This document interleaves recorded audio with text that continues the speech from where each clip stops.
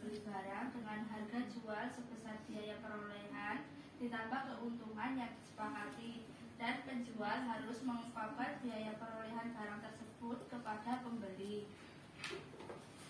Kemudian ketentuan umum akad murabahah. Yang pertama, bebas riba. Yang kedua, barang yang diperjualbelikan tidak haram. Yang ketiga, bank membiayai sebagian atau seluruh harga pembelian barang.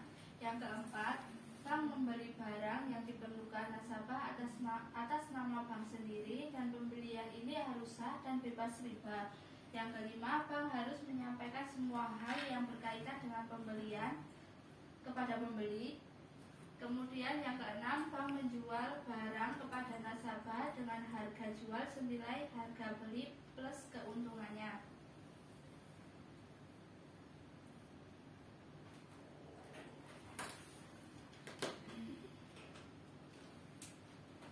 Nah, kemudian jenis murabahah itu ada dua, yaitu tanpa pesanan dan berdasarkan pesanan. Berdasarkan pesanan itu ada dibagi menjadi dua, yaitu mengikat dan tidak mengikat. Kemudian cara pembayaran akad murabahah itu bisa secara tunai ataupun tangguh. Tangguh itu cicilan. Kemudian syarat-syarat jual beli murabahah. Yang pertama, saat akad barang harus sudah ada. Yang kedua, pembayaran bisa dilakukan secara tunai atau tangguh. Kemudian tujuan PSAK 102 yaitu tentang akuntansi murabahah, itu mengatur pengakuan, pengukuran, penyajian, dan pengungkapan transaksi murabahah. Penerapan PSAK 102 terkait akuntansi murabahah itu yang pertama dari LKS. LKS itu lembaga keuangan syariah, dan pembeli itu melaksanakan negosiasi dan persyaratan. Setelah ini selesai, baru lembaga keuangan syariah melakukan pemesanan barang kepada pemasok. Setelah barangnya sudah siap, itu sudah selesai, itu diserahkan ke LKS lagi. Kemudian LKS melakukan akad murabahah dengan pembeli. Setelah akad selesai, pembeli melaksanakan pembayaran kepada LKS ini, dan ini menyerahkan barangnya ke pembeli. Kemudian unsur-unsur murabahah itu ada harga perolehan, kemudian margin keuntungan. Margin murabahah tanggungan itu keuntungannya ini, kemudian harga jualnya ini. Terus jika ditangguh itu termasuk hutang pembeli. Kemudian aset murabahah itu ada dua, yaitu harga perolehan dan uang muka. Aset murabahah saat diperoleh diakui sebagai persediaan sebesar biaya perolehan. Nah, harga pokok barang ini termasuk pada harga perolehan. Harga pokok barang adalah jumlah kas atau setara kas yang dibayarkan untuk memperoleh suatu aset sampai dengan aset tersebut dalam kondisi dan tempat yang siap untuk dijual dan digunakan. Kemudian tentang uang muka murabahah. Yang pertama, bank boleh meminta nasabah membayar uang muka saat terjadi kesepakatan awal pemesanan. Yang kedua, harus dibayar ke bank, bukan ke pemasok. Kemudian yang ketiga, jika akad dibatalkan, nasabah harus memberikan ganti rugi kepada lembaga keuangan syariah. Yang keempat, jika akad dilaksanakan, keuntungan murabahah didasarkan pada harga barang yang dibiayai oleh bank. Yang kelima, itu jika akad dilaksanakan menjadi bagian pelunasan piutang murabahah atau tidak boleh sebagai pembayaran angsuran.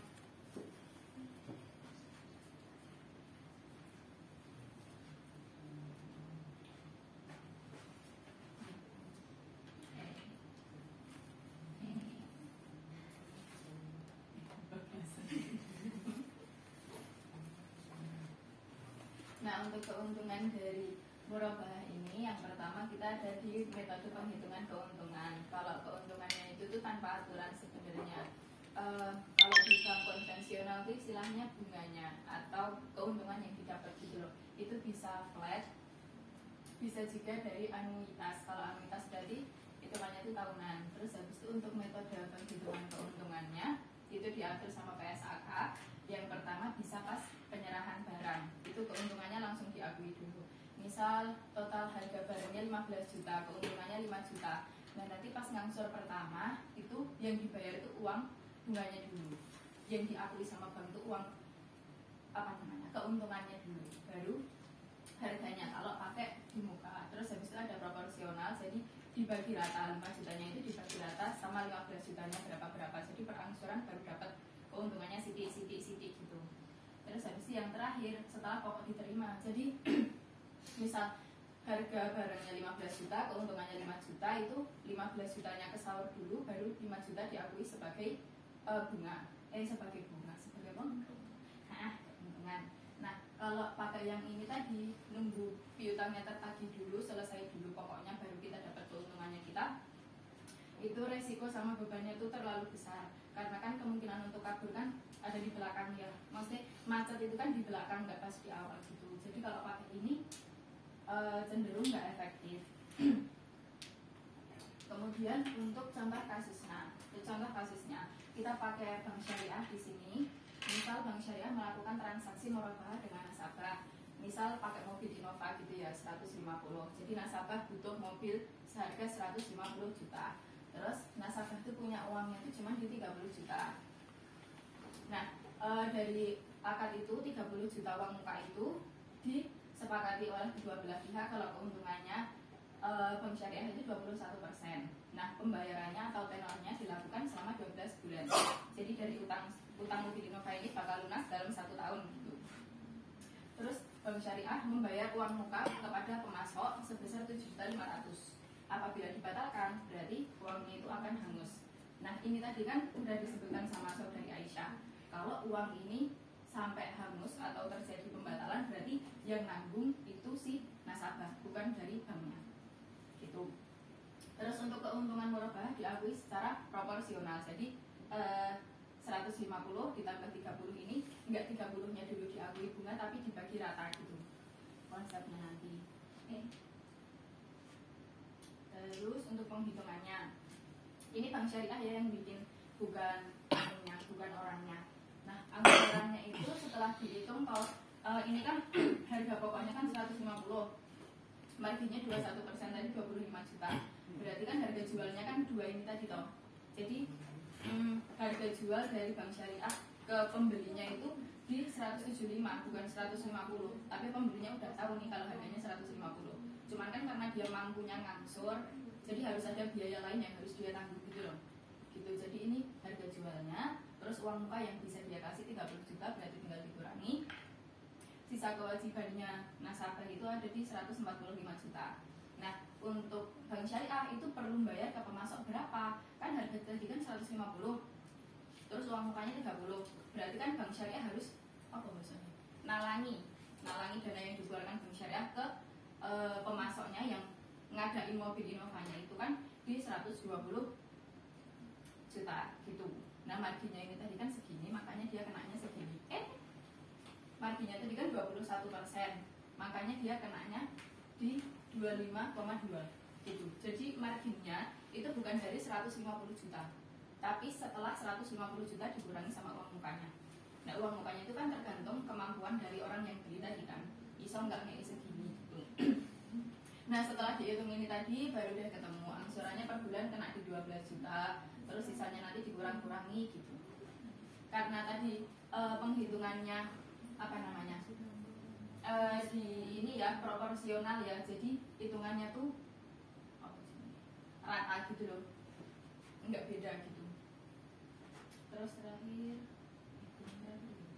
nah untuk akun yang dibikin sama bank syariah itu kan ada 2 ya tadi transaksinya ya, bank syariah kepada pembeli sama bank syariah kepada pemasoknya. Nah itu nanti sendiri-sendiri hitungannya. Kalau pada nasabah itu akun yang dibikin adalah pertama uang mukanya dulu, kan dia dapat uang muka dulu nih. Tadi kan dia nerima uang dulu di kas pada utang 30 juta. Kemudian untuk pengadaan barangnya tadi kan 172 totalnya, berarti dia dapat marginnya dulu segini, persediaannya 150 karena harga beli mobilnya tadi kan 150.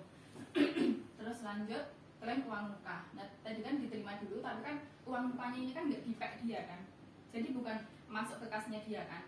Nah otomatis dibalik dulu. Jadi hutang uang muka pada piutang murabahah.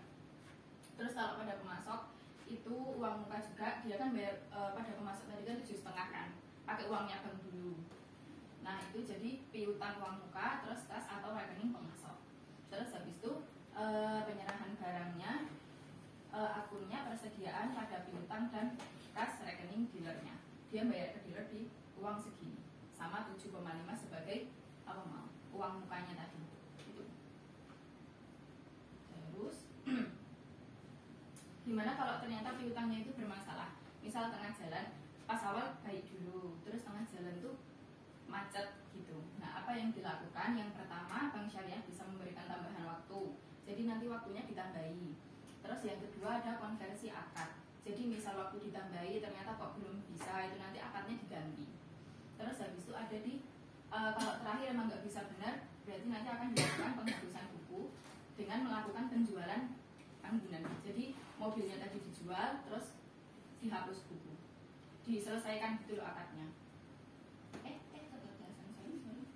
Perpanjangan jangka waktu. Yang pertama ketentuannya dulu, yaitu tidak menambah jumlah yang tersisa. Jadi maksudnya tadi kan waktunya tambah panjang, bank tuh nggak boleh ngambil keuntungan dari situ gitu loh, kayak kan tambah panjang nanti bunganya tak tambahin, itu nggak boleh. Jadi tetap harus sama, cuma hitungannya aja yang dibikin lebih panjang lagi jangka waktunya. Terus yang kedua ada pembebanan biaya dalam proses penjadwalan kembali. Itu pasti ada ya, karena kan bank tetap nanggung kerugian. Nah biaya itu nanti siapa yang nanggung? Tetap masuknya ke pembeli gitu. Terus perpanjangan masa pembayaran harus berdasarkan kesepakatan kedua belah pihak. Nah ini tuh meskipun bank dirugikan, tapi bukan berarti bank itu tuh bisa semena-mena, tetap harus minta persetujuan dari nasabahnya. Perpanjangan ini nggak perlu dibikin jurnal, jadi nggak tak kasih. Terus kalau misal tadi setelah perpanjangan nggak bisa nih, berarti kan akadnya harus dikonversi. Gimana caranya mengkonversi akad? Yang pertama, objeknya itu mobilnya tadi dijual sama ke bank syariah dengan harga pasar tentunya ya, nggak boleh harganya ngawur gitu loh, nggak boleh karena dia rugi terus harganya diturunin gitu, nggak boleh, tetap harus pakai harga pasar. Terus yang kedua, nasabah membayar sisa utang. Jadi misal setelah mobilnya dijual ini, sisa utangnya berapa, kamu kurang bayar berapa, itu dibayarin ke bank syariah. Nah, sisa uang penjualan itu tetap miliknya nasabah, bukan miliknya bank. Kayak misal tadi kan 150 kurangi 60 juta, berarti kan 150 itu cuma dikurangi 60 gitu loh, nggak boleh di PKB karo bank 150. Terus habis itu kalau uangnya kurang, berarti kesepakatannya akan diatur ulang sama kedua belah pihak. Nah, bisa juga kita melakukan pembuatan akad baru setelah ini tadi terjadi, akad baru akan terbentuk, bisa dimasukkan ke ijaroh, bisa mudorobah, bisa juga jadi musyarakah. Terus, nah untuk penghapusan buku, misal setelah dijual ini tadi akad apa barangnya, itu kan kita melakukan hapus buku toh, apa penutupan transaksi gitu loh, transaksi awal. Nah yang pertama kita bikin seluruh hutang nasabahnya dulu. Misal sisanya nih macetnya pas kena di 72.600, berarti ini kan kurang segitu, kurang 72.600. Ini akun apa yang dibikin? Yang pertama kita bikin cadangan PPAP di 60 juta. 60 juta ini nanti yang hitung bank, pokoknya sing hitung bank nanti berapa itu tuh masuknya ini ke uang pokok. Kalau ini tuh marginnya, keuntungannya bank yang masih belum tertagih tadi kan proporsional kan, dibagi ratakan 30 juta dalam 1 tahun itu. Nah ketemunya 12.600. Terus nanti yang masuk ke kredit itu piutangnya murabahah sebesar 72.600. Kemudian yang B kita bikin sebagian dari hutangnya yaitu porsi margin. Margin keuntungannya bank yang belum dibayar itu 12, berarti kan dia ngakuin keuntungannya dia atau harus diakui dulu toh. Itu debitnya margin, terus kreditnya piutangnya. Terus yang kedua, jika nasabah melakukan pembayaran utang, tadi kan udah dihapus buku, terus ternyata dia mampu untuk bayar gitu. Nah itu nanti misal utangnya 72, berarti kan kas masuk dulu nih, dia bayar utang. Terus habis itu yang kredit tinggal dibalik doang sih, cadangan PPAP sama pendapatannya. Terus habis itu sebagian dari hutangnya misal cuma bisa bayarnya 50 juta, nggak full. Ini kan full toh, 72 tadi toh, sisa utang DE. Nah DE saya berbayar 50 juta, berarti kas pada cadangan PPAP, berarti kan marginnya nggak bisa diakui. Terus misal sisa utangnya 22 ditagih disaur lagi, ini kan 50 tambah 22 kan ini toh. Terus habis itu nanti tinggal dibikinin marginnya.